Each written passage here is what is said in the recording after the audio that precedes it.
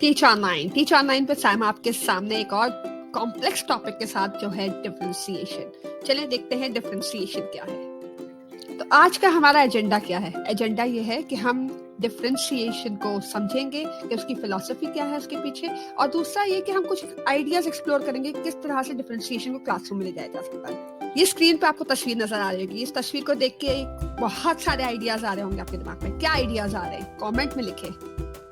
कुछ आइडियाज मैं यहाँ पे बता भी देती हूँ, जैसे कि different directions leading to one destination. कहीं से भी जाओ, रास्ता कोई भी हो, अगर आप पहुंच जाते हैं तो सब सही है। लोगों के सोचने का तरीका डिफरेंट होता है, करने का तरीका डिफरेंट होता है, तो यही कुछ स्टैब्लिश करता है डिफरेंशिएशन को। चले आगे बढ़ते हैं। सबसे पहले थोड़ा बैकग्राउंड समझते हैं। बैकग्राउंड जैसे कि आपको यहाँ पर तस्वीर नजर आ रही है, कुछ बहुत सारी थ्योरीज थी जो कि डिफरेंशिएशन की बेस बनी कि डिफरेंशिएशन क्यों करना है, कैसे करना है, क्या करना है। सबसे पहली थ्योरी थी multiple intelligence theory by Harvard Gardner. उन्होंने ये कहा कि there are different kinds of intelligences, around like 8 intelligences, कहीं पे लिखा आता है 9, लेकिन एजुकेशन में हम पर्टिकुलरली 8 टाइप्स ऑफ इंटेलिजेंस को फोकस करते हैं। तो ये इंटेलिजेंस यहाँ पे लिखी भी है कि जो कुछ लोग पिक्चर स्मार्ट होते हैं, कुछ लोग वीडियो स्मार्ट होते हैं, कुछ लोग वर्ड स्मार्ट होते हैं, कुछ लोग सेल्फ स्मार्ट होते हैं, यानी कि अपने आप को ज़्यादा अच्छे तरीके से समझते हैं, कुछ लोग पीपल स्मार्ट होते हैं, यानी कि उनको सोशल गैदरिंग्स में ज़्यादा अच्छा लगता है, या ज़्यादा उनको कहते हैं कि they can work more efficiently in people.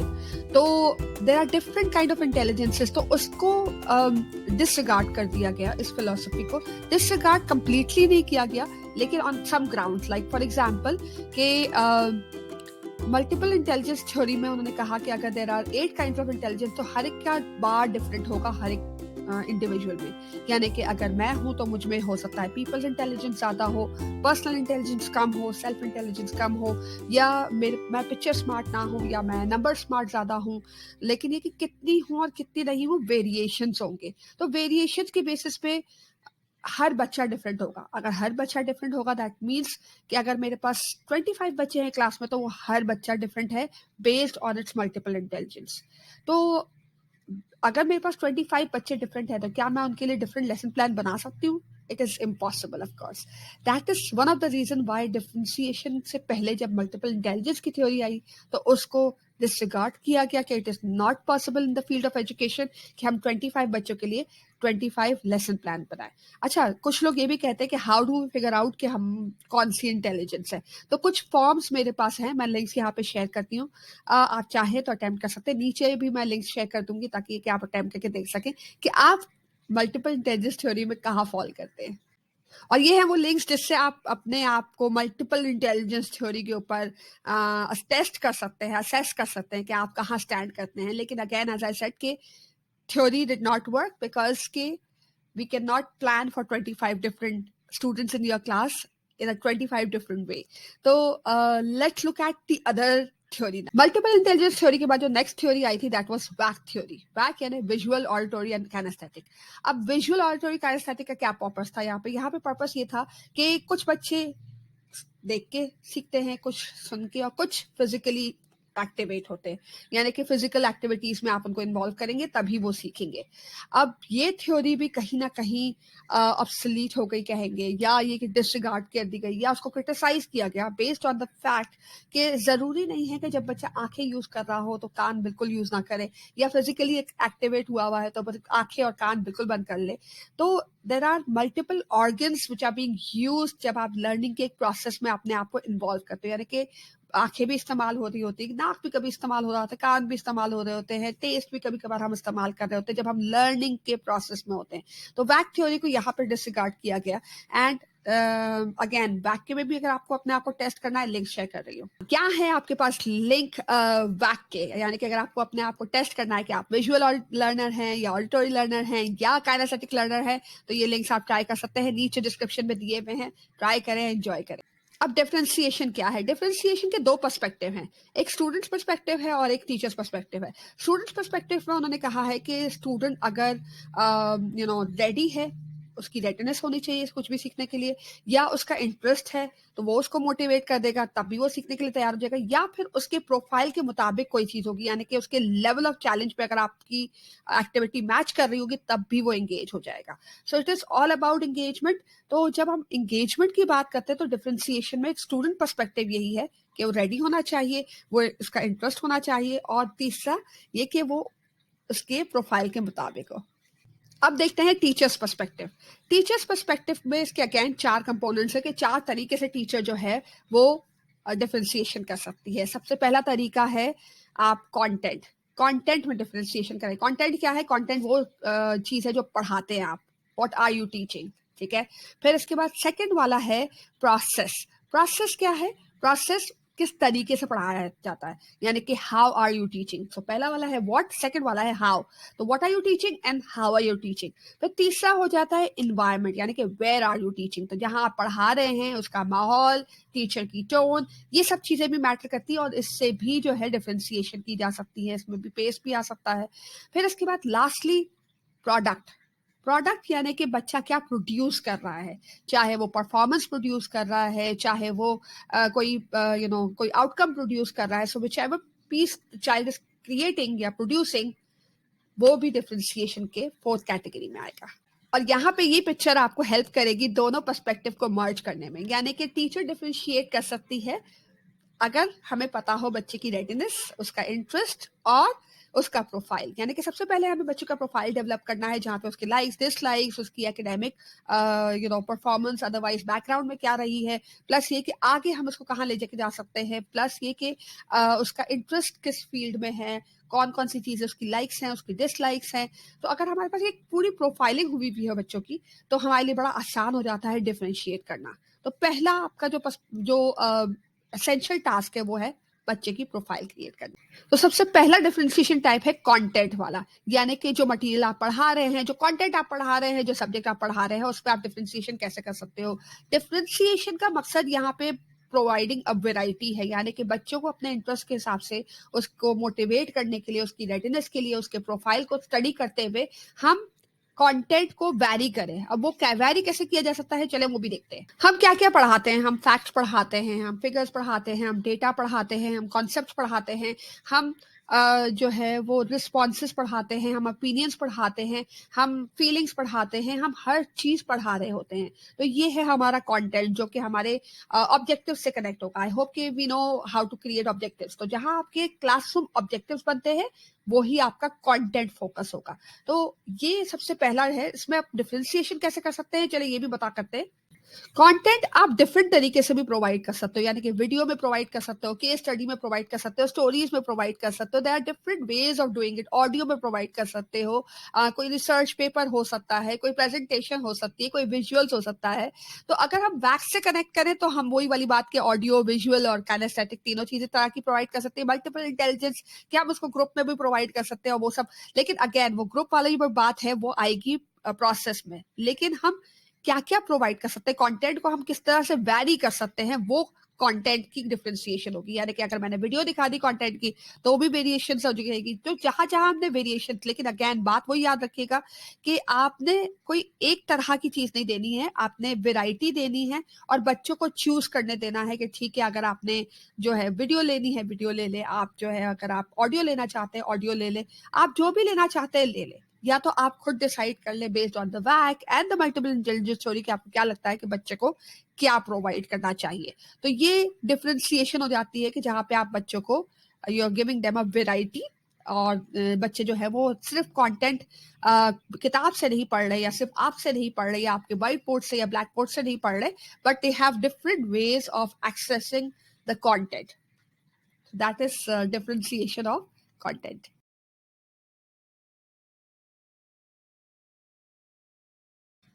Second type of differentiation है प्रोसेस की डिफरेंशिएशन, यानी कि आप किस तरीके से पढ़ा रहे हो। डिफरेंशिएशन ऑफ प्रोसेस बहुत सारे तरीकों से की जा सकती है, यानी कि डिफरेंट तरीके होते हैं। इसमें से पहला तरीका है डिफरेंशिएशन बाय टास्क, यानी कि आप 6 ग्रुप्स बना दें या 5 ग्रुप्स बना दें। अगर आप एडवर्ड टी मोनो का कॉन्सेप्ट यूज कर रहे हैं तो आप 5 ग्रुप्स बना दें, हर एक को टाइम कर दें, blue hat is for timing, और बाकी 5 को जो है वो 5 हैट्स दे दें। तो वो 5 हैट्स क्या कर रहे होंगे, बेसिकली आपने वही सेम रीडिंग मटेरियल आपने 5 ग्रुप्स को दिया, लेकिन हर ग्रुप उस मटेरियल को डिफरेंट तरीके से एक्सप्लोर कर रहा होगा। यानी कि पहला ग्रुप अगर हम कहें व्हाइट हैट वाले जो है, तो व्हाइट हैट वाले क्या कर रहे होंगे, वो सिर्फ फैक्ट्स निकालेंगे उसमें से कि वो फैक्ट्स कौन कौन से हैं इस पर्टिकुलर मटेरियल में जो टीचर ने प्रोवाइड किया है, यानी कि नो ओपिनियंस नथिंग। फिर उसके बाद दूसरा कि भाई हमने कह रहे येलो हैट्स वाले क्या कर रहे होंगे, वो सिर्फ पॉजिटिव चीजें निकालेंगे कि उसमें पॉजिटिव चीजें क्या क्या हैं, what is good about the material, या good about if it is a story, what is good about the story, what good things are happening। इसी तरह से फिर ब्लैक हेड क्या करेगा कि वो नेगेटिव चीज निकालेगा कि स्टोरी में नेगेटिव चीजें क्या है, रॉन्ग चीजें क्या है, या नहीं होना चाहिए था। रेड हैट वाले क्या कर रहे होंगे, रेड हैट वाले जो है वो इमोशनल एस्पेक्ट्स को आइडेंटिफाई करेंगे कि पर्टिकुलर स्टोरी है तो उसमें इमोशनल एस्पेक्ट्स क्या हैं। इसी तरीके से आप आ जाएं नेक्स्ट, यानी कि ग्रीन वाले क्या कर रहे होंगे, ग्रीन हैट्स वाले वो ये कर रहे होंगे कि अगर कोई प्रॉब्लम है तो उसको सॉल्व कर रहे होंगे और उसमें कोई फ्रेश आइडिया निकाल रहे होंगे, कुछ नया other than what's already there, कुछ नया कर रहे होंगे। और इसी तरह से आपके पास जो है वो सारे हैट्स का जो काम होगा वो आपके पास सामने प्रेजेंट हो सकता है। और फिर आप एबिलिटी के बेसिस पे भी डिफरेंशिएट कर सकते हैं। अगर आपको लगता है कुछ बच्चे are good at finding out the facts from the material, you can give them the fact वाला हैट, यानी कि उनको व्हाइट हैट में डाल दे, व्हाइट हैट ग्रुप में डाल दे। तो इट डिपेंड्स कि how you are differentiating based on their ability probably. Again profiling यहाँ पे आती है, अटैच कर रहे हैं हम स्टूडेंट्स पर्सपेक्टिव को कि प्रोफाइलिंग आएगी यहाँ पे, उनके इंटरेस्ट को भी हम ले सकते हैं यहाँ पे, या हम उनकी जो है वो अंडरस्टैंडिंग को भी ले सकते हैं। सेकेंड प्रोसेस डिफरेंशिएशन में जो आएगा वो आएगा कि pace, flexible pace of learning. यहाँ पे मैं एक दो एग्जांपल्स के थ्रू ही आपको समझाऊंगी कि एक पहली एग्जांपल ये है कि जैसे कि हम वीडियो कोई शो करते हैं बच्चों को, तो जब हम शो कर रहे होते हैं तो that means we are expecting कि वो कंप्लीटली कॉन्सेंट्रेट करके देखें। लेकिन क्या हम ये कर सकते हैं कि वीडियो उनको प्रोवाइड कर दें कि वो अपनी पेस पे देखें, यानी कि वो अगर स्लो डाउन करना चाहें, कुछ चीज को रिपीट करना चाहें, आगे देखना चाहें, फॉरवर्ड करना चाहें, according to their own ability, तो वो कर सकते हैं। एक तो एग्जाम्पल ये हो गई। और दूसरी एग्जाम्पल ये हो गई कि हमने उनको जब हम अपनी क्लास में डील कर रहे होते हैं तो हम इसका एक बेस्ट तरीका ये होता है कि भाई कुछ बच्चे आपने नोटिस भी किया होगा कि कुछ बच्चे बड़ी जल्दी काम कंप्लीट कर लेते हैं, वेरएस कि दूसरे बच्चे जो है वो ज्यादा टाइम लगा रहे होते हैं कि भाई नहीं ठीक है, स्लो लर्निंग होते हैं, या स्लो लर्निंग तो मैं नहीं कहूंगी, लेकिन उनका पेस, वर्किंग प्लेस जो है वो स्लो होता है। तो in that case what you can do is कि जो स्लो है उनके साथ बैठ के उनको सपोर्ट प्रोवाइड करें। लेकिन अगर जो फास्ट है, जिन्होंने कंप्लीट कर लिया है, उनको कोई एक्स्ट्रा एक्सटेंशन टास्क जिसको कहते हैं कि एक्सटेंशन टास्क प्लान कर ले, जहां पे वो एंगेज रहें, वो दूसरे बच्चों को डिस्टर्ब ना करें। तो उनको थोड़ी सी इन डेप्थ एनालिसिस की तरफ लेके चले जाएं, थोड़ा और थिंकिंग और रिफ्लेक्शन क्वेश्चन दे दें ताकि वो एंगेज रहे। बाय द टाइम आप उसको सपोर्ट करें जो कि थोड़ा सा स्लो ली वर्क कर रहे हैं। तो ये डिफरेंशिएशन है प्रोसेस का अगेन, लेकिन बाय लर्निंग पेस। जो हमने पिछली वाली बात की फ्लेक्सिबल पेस ऑफ लर्निंग, उसका एक इजी तरीका ये है कि आप एक पर्सनल एजेंडा टास्क लिस्ट बना दें, यानी कि एक टास्क लिस्ट बनी हुई हो जिसमें ये लिखा हुआ हो कि आपने ये टास्क करने हैं और अगर आप ये सब कुछ खत्म कर ले तो ये कर ले।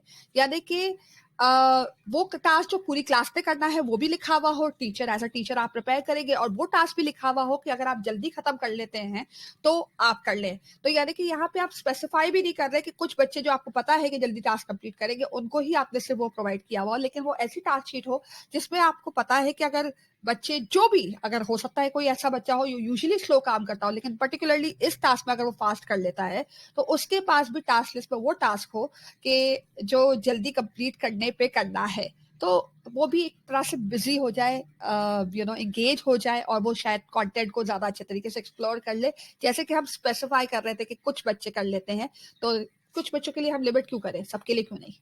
Using tiered activities is another way of differentiation in process. Process में आप चेंज इस तरह से कर सकते हैं कि आपने 3 ग्रुप डिवाइड किए, ठीक है, बच्चों के 3 या 5 ग्रुप्स बना लिए क्लास में, और उनको जो एक्टिविटीज दी हैं वो थोड़ी सी डिफरेंट एक्टिविटीज हैं, ठीक है ना, अलग अलग तरीके की एक्टिविटीज है। या रीडिंग मटेरियल दिया तो डिफरेंट डिफरेंट तरीके का रीडिंग मटेरियल है, जहाँ पे एक थोड़ा कॉम्प्लेक्स है, एक थोड़ा सिंपल है।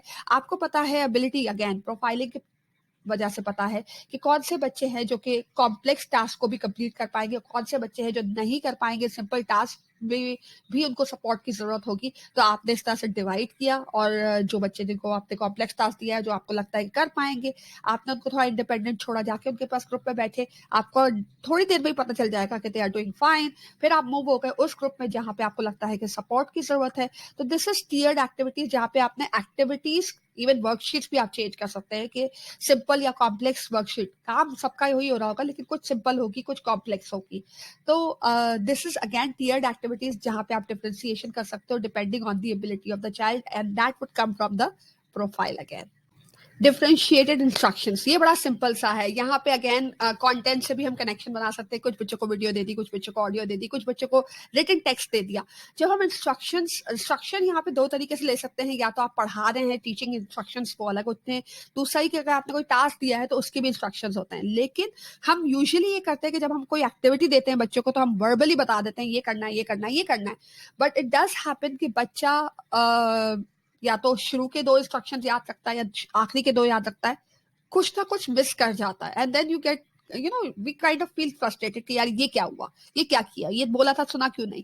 सो इंस्टेड कि आप इसको डिफरेंशिएट कर सकते हो, इसमें आपका भी फायदा है। जहाँ पे आप टास्क जो भी आप देना चाह रहे हो, जो भी इंस्ट्रक्शंस देना चाह रहे हो, मेक श्योर कि वो आप राइटिंग में भी दे दे, प्रिंट करके भी उनको हैंड ओवर कर दे कि this is your task that you need to be doing. आप उनको जो है ऑडियो में भी बता दें, अगर वीडियो है कोई इस तरह की, जाके किसी सॉफ्टवेयर को यूज करवाना है, कोई एप्लीकेशन यूज करवानी है, तो आप उनको किस तरह से उस एप्लीकेशन को यूज करते हैं उसकी वीडियो प्रोवाइड करते हैं, ताकि वो अपनी पेस की डिफरेंशिएशन भी हो जाएगी यहाँ पे, और यहाँ पे आपके इंस्ट्रक्शन की भी डिफरेंशिएशन हो जाएगी, बिकॉज आप इंस्ट्रक्शन डिफरेंट तरीके से दे रहे हैं। तो बच्चा कैन चूज के किस तरह की डिफरेंशिएशन को पिक करना है और अपने प्रॉब्लम को सॉल्व करना है। So they become more independent actually. ये एक और तरीका है प्रोसेस में डिफरेंशिएशन लाने का। यानी कि आप चाहे तो अपनी ही क्लास में कोई एक्स्ट्रा सेंटर्स क्रिएट कर दें, जैसे अर्ली ऐसी क्लासों में लर्निंग सेंटर्स होते हैं, जहाँ पे different activities different learning centres में मौजूद होती हैं। इसी तरह से आप चाहे तो इंटरेस्ट सेंटर्स क्रिएट करते हैं, यानी कि अगर कोई कंटेंट आप पढ़ा चुके हैं और उसके बारे में अगर बच्चा और कुछ जानना चाहता है, तो स्टिल देयर इज सब प्लेस के जहाँ पे उनको डिफरेंट टाइप ऑफ मटीरियल मिल जाएगा, जिसमें वो कंटेंट को इन डेप्थ में जाके खुद भी स्टडी कर सके। यानी कि हम यहाँ पे अपॉर्चुनिटी प्रोवाइड नहीं करते, हम एक स्टॉप लगा देते हैं कि ठीक है बस यहाँ तक पढ़ना था, यहाँ तक पढ़ लिया, लेकिन let it go. That means let them explore the content if they want to. So this is another way of differentiation by process. Again ये एक और सिंपल तरीका है प्रोसेस को चेंज करने का, जहाँ पे हम हैंड्स ऑन एक्टिविटी या कोई मैनिपुलेटिव्स रखते हैं जो कि बच्चे एक्सप्लोर कर सके ड्यूरिंग द टास्क। या तो कर ले आप, प्लान कर ले बाकायदा, या तो फिर ये कि जब वो टास्क कंप्लीट कर लेते हैं तब जाके वो उस एरिया में जाके मैनिपुलेटिव से खेल सके या उसको एक्सप्लोर कर सके, कंटेंट को मजीद जो है एक्सप्लोर कर सके। तो ये एक और तरीका हो सकता है differentiation of process. Ongoing assessment में आप बार बार जो है वो बच्चों के पास विजिट कर रहे हो, उनको प्रॉपिंग क्वेश्चंस कर रहे हो, उनसे कुछ रिस्पॉन्स लेके उनको सपोर्ट प्रोवाइड कर रहे हो। आंसर नहीं देना है, सपोर्ट प्रोवाइड करनी है, प्रॉप करना है, ताकि बच्चे उस डायरेक्शन में चलना शुरू कर दें। अगर वो मिसलीड हो चुके हैं, इधर उधर हो चुके हैं, तो ग्रुप वर्क में ये बड़ा इजी हो जाता है कि जब आपने बच्चों को ग्रुप में बिठाया और उनको काम दिया हुआ है और उनको कोई टास्क शीट मिली हुई है, जैसे कि हमने पहले भी डिस्कस किया, और उस दरमियान में आप हर ग्रुप पे विजिट करके और उनको सपोर्ट प्रोवाइड कर रहे हो, प्रॉप कर रहे हो, अगर वो खत्म कर रहे हैं तो उस वक्त भी ये वही वाली बात है कि अगर हम पेस की भी बात कर ले, अगर कुछ बच्चों ने खत्म कर दिया तो वहीं पे आपने वर्बली ही उनको जो है और चैलेंज प्रोवाइड कर दिया। So this is on going assessment कि जैसे जैसे आप असेस करते जा रहे हो वैसे वैसे ही आप टास्क को और थोड़ा सा आगे बढ़ाते जा रहे हो या सपोर्ट प्रोवाइड करते जा रहे हो, अगर आपको लगता है कि बच्चे नहीं कर पा रहे। तो ये एक और तरीका है डिफरेंशिएशन ऑफ प्रोसेस का। तो ये हमारा हो गया प्रोसेस वाला। अब आते हैं हम एनवायरनमेंट की तरफ। एनवायरनमेंट अगेन आपका टोन कैसा है, क्लास का एनवायरनमेंट कैसा है, तो ये सब चीजें भी डिफरेंशिएशन में काउंट की जा सकती है। अब किस तरह से की जा सकती है उसकी भी एग्जांपल देख लेते हैं। एनवायरनमेंट की सबसे पहली एग्जांपल है कि आपकी क्लासरूम में ऐसे स्पेसेस होने चाहिए जहाँ पे बच्चा अगर चाहे अकेले जाके रीड करना चाहे, उसको कोई डिस्ट्रैक्शन नहीं चाहिए, शोर नहीं चाहिए, साइलेंट स्पेस होनी चाहिए। तो इस तरह की स्पेस आपकी क्लासरूम में या कहीं भी स्कूल में प्रोवाइडेड हो जहाँ पे बच्चा जाके अकेले काम कर सके। और इसी तरह से ऐसी जगह भी मौजूद हो, यानी कि ऐसी सोशल इंटरेक्शन, ऐसी एक्टिविटीज आपकी हो जहाँ पे बच्चा अगर ग्रुप में काम करना चाहे ग्रुप में काम करे, अकेला काम करना चाहे अकेला काम करे। तो कोलैबोरेशन के लिए भी स्पेस होनी चाहिए, इंडिविजुअल टास्क के लिए भी स्पेस होनी चाहिए। You need not to bound them, कि नहीं उनको बाउंड नहीं करना है कि नहीं आपने सोशली ही बैठना है और इसी तरह से सीखना है. Give them liberty, autonomy to choose where they want to go and what they want to do. आप यहाँ पे एक और वही वाला कंटेंट वाला सिलसिला है, लेकिन कंटेंट को भी वैरी करें ताकि ये कि डिफरेंट कल्चर सेटिंग्स आप उसको इंक्लूड कर सके. क्योंकि देखिए कुछ बच्चों को लैंग्वेज बैरियर्स होते हैं या कुछ लोगों को अंडरस्टैंडिंग उस तरह से डेवलप नहीं होती because of the different cultural context. तो आप कोशिश करें कि उसको डिफरेंट कल्चर कॉन्टेक्स्ट पे भी उनको प्रोवाइड करें. जैसे कि आजकल ये हो भी रहा है कि जहाँ हम स्टोरीज वगैरह बच्चों से शेयर करते हैं तो हमारी स्टोरीज में अहमद और सना होते हैं, टॉम और टिम नहीं होते. तो ये टिम और टॉम जो है वो बेसिकली बच्चों की रेगुलर लैंग्वेज नहीं है. ये टिम और टॉम उनकी रेगुलर इन्वायरमेंट में नहीं होते बच्चे. ये इन्वायरमेंट से ये हमारे कल्चर का हिस्सा नहीं है. We don't have names like Tims and Tom. We have names like Sana, Ahmed, Amna. तो अपने पर्सनल कॉन्टेक्स्ट में भी बच्चों को ये कंटेंट प्रोवाइड करें. और सेकेंडली ये कि हो सकता है कि आपकी क्लास में डाइवर्सिटी हो जहाँ पे बच्चे जो है वो दूसरे कंट्री से हो, तो मेक श्योर करें आप उनको भी इंक्लूड करें और उनके कॉन्टेक्स्ट को भी जो है अपने कंटेंट के साथ मर्ज करें ताकि उनको भी अंडरस्टैंडिंग डेवलप करने में आसानी हो. आपकी गाइडलाइंस, आपकी इंस्ट्रक्शंस, हमने पहले भी कहा था कि इंस्ट्रक्शंस बहुत जो है वो रिटन में भी दिया जा सकता है, ऑडियो में दिया जा सकता है, वीडियो में दिया जा सकता है. लेकिन यहाँ पे एनवायरनमेंट की अगर हम बात करें पर्टिकुलरली कि एनवायरनमेंट में डिफरेंशिएशन, तो यहाँ ये बात हो रही है कि मेक श्योर करें कि बहुत स्टेप बाय स्टेप इंस्ट्रक्शंस हो, क्लियर इंस्ट्रक्शंस हो, गाइडलाइंस बहुत बहुत ही क्लियर हो, उनकी अपनी पर्सनल लैंग्वेज में हो. जो भी वो एक्सेस कर रहे हैं वो उनकी अपनी लैंग्वेज में हो ताकि उनको समझ में आए. उनको या तो ये कि अगर उनकी फर्स्ट लैंग्वेज नहीं है, सेकंड लैंग्वेज है, तभी भी बहुत ही सिंपल लैंग्वेज में हो ताकि उनके लिए उसको समझना और उसको इंटरप्रेट करना और उसको यूज करना बहुत आसान हो. तो मेक श्योर करें कि अपनी गाइडलाइंस को जितना सिंपल हो सके ताकि वो इंडिपेंडेंटली काम कर सके, बार बार आपको डिस्टर्ब ना करें. तो यहाँ पे भी ये डिफरेंशिएशन होती है because you are coming down to the level to understand कि उनकी क्या जरूरत है and you are simplifying it for them. तो ये बहुत जरूरी है. अपने क्लासरूम रूल्स बनाएं, रूटीन्स बनाएं ताकि उनको पता हो बच्चों को कि उनको कब हेल्प मिल सकती है, किस तरीके से हेल्प मिल सकती है. जैसे कोई बच्चे अगर आप चाहें तो टैग वगैरह को यूज कर लें, कोई छोटा सा जो कहते हैं ना वो जो टेंट टाइप का जो हम पेपर से बनाते हैं, पेपर फोल्ड करके, तो उस तरह की कोई चीज हो सकती है जो कि कलर कोडेड हो कि भाई ग्रीन कलर का अगर आपने टॉप पे किया तो इसका मतलब है you need help. But let them know कि टीचर आपके पास पहुंचेगी उसमें टाइम लगेगा. क्योंकि जब आप इस तरह के टास्क कर रहे होते हैं जहाँ पे आप मल्टीपल चीजें कर रहे होते हैं, जाहिर है you take time to reach to the child, but you have to make sure कि उनको ये ट्रस्ट हो आपके ऊपर कि आप आएंगी जरूर. टाइम लगेगा लेकिन आएंगी जरूर. सो ये चीज. और दूसरी चीज है कि they have to wait for you to teach them and solve their problems. तो इस तरह के कुछ रूटीन्स, कुछ रूल्स, कुछ गाइडलाइंस डेवलप करके रखे ताकि बच्चों को फॉलो करना आसान हो, उनको पता हो कि किस तरह से आपको रीच आउट किया जा सकता है. वक्त के साथ साथ ये भी इस्टेब्लिश करें अपने टोन से, अपने एटीट्यूड से. बच्चों को ये जानना ज़रूरी है कि कुछ बच्चे जो हैं वो एक्टिवली रोम अराउंड करके या क्लास में रोटेट करके या मूव करके सीखते हैं और कुछ बच्चे बैठ के सीखना चाहते हैं. तो there is no harm in doing so. एक टॉलरेंस होना चाहिए, अंडरस्टैंडिंग होनी चाहिए एंड कॉपरेशन होना चाहिए, कोलैबोरेशन होनी चाहिए. बट येस, इंडिपेंडेंस भी होनी चाहिए और फ्रीडम भी होनी चाहिए. तो ये आप इस्टेब्लिश शुरू से करेंगे तो आपके साथ बच्चे बहुत सही चलेंगे और बहुत इंजॉय करेंगे. प्रोग्रेसिव टास्क क्या होता है? जहाँ पे आप लेवल ऑफ चैलेंज बढ़ाते चले जाते हैं. जहाँ पे जैसे आप कहते हैं कि 1+1 2 होता है तो 2+2 4 हो जाता है, तो 2+5 जो है वो क्या होता है, तो फिर उसके आप डबल नंबर पे चले गए या ट्रिपल नंबर पे चले गए या 4 डिजिट सम्स पे चले गए. इसी तरह से प्रोग्रेसिव टास्क होते हैं और बहुत सारी चीजें प्रोग्रेसिव हो सकती हैं अगर हम चाहें. जैसे स्पेलिंग्स होती, तो अगर आप 2 letter spellings, 3 letter spellings, 5 letter spellings, और इस तरह से आप प्रोग्रेसिव टास्क भी प्लान करके रखें अपने लेसन में. इसको भी डिफरेंशिएशन कहते हैं प्रोसेस का, कि जहाँ पे आप प्रोग्रेसिव टास्क लेके चल रहे होते हो, एक कॉम्प्लेक्सिटी ग्रेजुअली बढ़ाते चले जाते हो. अब आते हैं प्रोडक्ट की तरफ, यानी कि डिफरेंशिएशन बाय प्रोडक्ट. प्रोडक्ट वो चीज़ है जो कि आप असेस कर रहे होते हो. इसके थ्रू आप पता करते हो कि बच्चों को आता है या नहीं आता. प्रोडक्ट की जब हम बात करते हैं तो यहाँ पे वेरिएबल आउटकम्स हो सकते हैं, यानी कि बच्चा कुछ भी आउटकम क्रिएट करें. जैसे कि बहुत सारी एप्लीकेशंस ऐसी होती हैं, एप्लीकेशंस अगर नहीं है तो चले क्लासरूम की बात करते हैं. कुछ बच्चे बोल के बता देते हैं, कुछ बच्चे लिख के अच्छा बता देते हैं.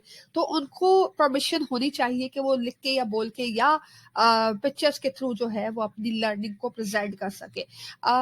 आई नो अगर कहीं जगहों पे हमारे पास ये होता है कि जहाँ पे हमारा राइटिंग टास्क मस्ट होता है, डेफिनेटली वहाँ हम जो है डिफरेंशिएशन नहीं कर सकते, लेकिन अदरवाइज इट्स फेयरली पॉसिबल कि विद इन द क्लासरूम अगर हम कॉन्सेप्ट की डेवलपमेंट कर रहे हैं तो यहाँ पे हम उनको चॉइसेस दें कि क्या वो लिख के देना चाहते हैं, बोल के देना चाहते हैं, ड्राइंग करके करना चाहते हैं, they should be you know they should be allowed to do so. बच्चों की स्किल्स को एनहांस करने के लिए रूब्रिक्स क्रिएट करें ताकि उनको पता हो कि उन्होंने अपने आप में किस तरह से इम्प्रूव करना है, यानी कि वो रूब्रिक्स बच्चों के साथ शेयर्ड होने चाहिए ताकि उन्हें पता हो कि एग्जैक्टली वो कहाँ हैं इस वक्त और वो कहाँ जा सकते हैं, किस तरह से उन्होंने इम्प्रूव करना है, उसकी भी सपोर्ट आपको प्रोवाइड करनी होगी। And this will count as differentiation of product, जहाँ पे उनको पता है कि वो कुछ भी कर सकते हैं और उन्होंने किस तरह से अपने स्किल को इंक्रीज करना है, वो भी वो इंडिपेंडेंट होंगे उसको प्रोसेस करने। बच्चों को अपॉर्चुनिटी प्रोवाइड करें जहां बच्चे जो हैं चाहे तो स्मॉल ग्रुप्स में काम करें, पेयर्स में काम करें, इंडिविजुअली काम करना चाहते हैं इंडिविजुअली काम करें।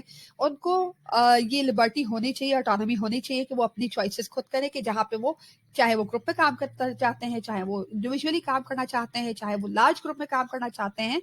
बस रिसर्च के बेसिस पे जरूर ये चीज मेक श्योर करें कि 5 से बड़ा ग्रुप ना हो, but otherwise let them choose कि whether they want to work in groups या फिर वो इंडिविजुअली काम करना चाहते हैं या छोटे ग्रुप में काम करना चाहते हैं। और जैसे कि हमने पहले डिस्कस किया कि अगर आप बच्चों को ये अपॉर्चुनिटी देंगे कि वो अपने प्रोडक्ट को खुद चूज करें, यानी कि वो ये खुद चूज करें कि वो क्या प्रोड्यूस करना चाहते हैं, और आप उनको रूब्रिक्स प्रोवाइड कर देंगे तो वो ज्यादा इंडिपेंडेंट होंगे, ज्यादा एंगेज्ड होंगे, और एंगेजमेंट इज अ चैलेंज और डिफरेंशिएशन उसी चैलेंज को बीट करता है। तो यहाँ पे अगेन वही वाली बात हो रही है कि बच्चों को प्रोवाइड करें अपॉर्चुनिटी कि वो अपने प्रोडक्ट को क्रिएट करें, वो जिस प्रोडक्ट पे काम करना चाहते हैं वो कर सकते हैं। आप उनको गाइडलाइंस देते हैं, रूब्रिक्स देते हैं और सपोर्ट प्रोवाइड करते हैं जैसे कि वो कर सकते हैं, जैसे वो करना चाहते हैं। अब यहाँ मैं सबसे ज्यादा इंपॉर्टेंट एक्सपेक्ट को जो है वो हाईलाइट करना चाहूंगी, जो चारों डिफरेंशिएशन टाइप पे बहुत इजीली फिट होता है, यानी कि using of digital resources. Digital resources बहुत सारे हैं और बहुत डिफरेंट तरीके से यूज हो सकते हैं और इससे टीचिंग लर्निंग बहुत आसान होती जा रही है। यानी कि अगर हम वही वाला कॉन्सेप्ट बैक का कॉन्सेप्ट ले लें या मल्टीपल इंटेलिजेंस का कॉन्सेप्ट ले लें तो उन चीजों को केटर करना डिफरेंशिएशन के थ्रू बहुत आसान हो जाता है अगर आप डिजिटल टेक्नोलॉजीज यूज कर रहे हैं। अगर आप कॉन्टेंट दे रहे हैं तो आप वीडियो दे दें, आप ऑडियो दे दें, तो टेक्नोलॉजी इज देयर। फिर आप आ जाते हैं प्रोसेस के ऊपर, तो प्रोसेस में अगर आप जो है वो कोई गेम दे देते हैं जहाँ पे बच्चे जो हैं वो अपने पेस से उसको गेम को खेलते खेलते जो है वो सीख रहे हैं कोई कॉन्सेप्ट को, तो वो भी बहुत सारी अपॉर्चुनिटीज अवेलेबल हैं डिजिटल टेक्नोलॉजीज में। या वीडियोज अगर आप उनको दे रहे हैं तब भी आपके पास अवेलेबल है अपॉर्चुनिटी। फिर इसके बाद आप आ जाते हो इन्वायरमेंट पे, तो इन्वायरमेंट पे भी you can give them opportunity to work on computer, जहाँ पे वो अपनी पसंद की जो है वो कोई भी चीज को एक्सेस कर सकते हैं, अपनी लर्निंग को सपोर्ट कर सकते हैं, जहाँ पे उनके पास इंडिपेंडेंट एनवायरनमेंट है। वाई? बिकॉज अगर कोई वर्ड की मीनिंग नहीं आते हैं तो वो फॉरन डिक्शनरी खोल के वो चेक कर सकते हैं, ऑनलाइन डिक्शनरी चेक की और ठक करके they are independent on themselves. इसी तरह से वर्ड या पावर पॉइंट अगर वो यूज कर रहे हैं तो अपनी प्रेजेंटेशन बना सकते हैं, या वर्ड पे वो अपनी ग्रामर मिस्टेक्स को खुद ही फाइंड आउट कर सकते हैं। तो यहाँ पे एनवायरमेंट चेंज हो जाता है, मोर इंडिपेंडेंट एनवायरमेंट हो जाता है using technology. And then last but not least product की तो बात करें तो फिर there are number of opportunities that digital technology has to offer, जहाँ पे पैडलेट अगर आप ले लेते हैं तो पैडलेट में बच्चे जो है वो पिक्चर के थ्रू भी आंसर कर सकते हैं, वर्ड के थ्रू भी आंसर कर सकते हैं, वॉइस के थ्रू भी कर सकते हैं, वीडियो के थ्रू भी कर सकते हैं। इसी तरह से number of opportunities are available in digital technologies. लेकिन डिजिटल टेक्नोलॉजी वाला एक्सपेक्ट एक अलग तरीके से भी मैं केटर करूंगी डिफरेंशिएशन का किसी और वीडियो में। लेकिन yes, differentiation can be done using digital technologies. ये एक बहुत अच्छी सी तस्वीर है जिसमें ये बताया गया कि डिफरेंशिएशन क्या है और कुछ मिसकंसेप्शन जो डिफरेंशिएशन को लेके हैं वो क्या है। तो डिफरेंशिएशन क्या है और डिफरेंशिएशन क्या नहीं है। डिफरेंशिएशन इतना ही पुराना कॉन्सेप्ट है जितना पुराना कॉन्सेप्ट टीचिंग है। डिफरेंशिएशन बच्चों को सपोर्ट करना है, बच्चों की को अपॉर्चुनिटी प्रोवाइड करना है, ऑटोनॉमी प्रोवाइड करना है ताकि वो अपनी लर्निंग की ओनरशिप ले सके और वो इंडिपेंडेंटली अपने आप को बेहतर से बेहतरीन बना सके। डिफरेंशिएशन सिर्फ ग्रुप वर्क नहीं है या इंडिविजुअलाइज इंस्ट्रक्शंस नहीं है, या वो एक होता है ना कि इंडिविजुअल एजुकेशन प्लान जो कि स्पेशल एजुकेशन के बच्चों के लिए होता है। ये सब चीज़ डिफरेंशिएशन नहीं है। डिफरेंशिएशन है जहाँ हम कोशिश करते हैं रीच आउट करने की, लर्निंग को बेहतर से बेहतरीन बनाने की। So this is differentiation. I hope कि आज की वीडियो आपको पसंद आई होगी, डिफरेंशिएशन का कॉन्सेप्ट आपको समझ में आया होगा। अपने बच्चों को जानिए, पहचानिए और फिर उनके लिए प्लान करिए ताकि टीचिंग में हम बेहतर से बेहतरीन होते जाएं और लोगों को अपने साथ लेके चल सके। Thank you so very much for joining me for this video. I hope कि आप लोग जो है थोड़े से कॉमेंट्स कर देंगे, कॉमेंट्स नहीं करेंगे तो लाइक्स और सब्सक्राइब कर लें ताकि एक अगली दफा आप मेरे साथ फिर कोई एक नई वीडियो के साथ एक और लर्निंग की तरफ चल पड़े। Thank you so very much and see you, bye bye.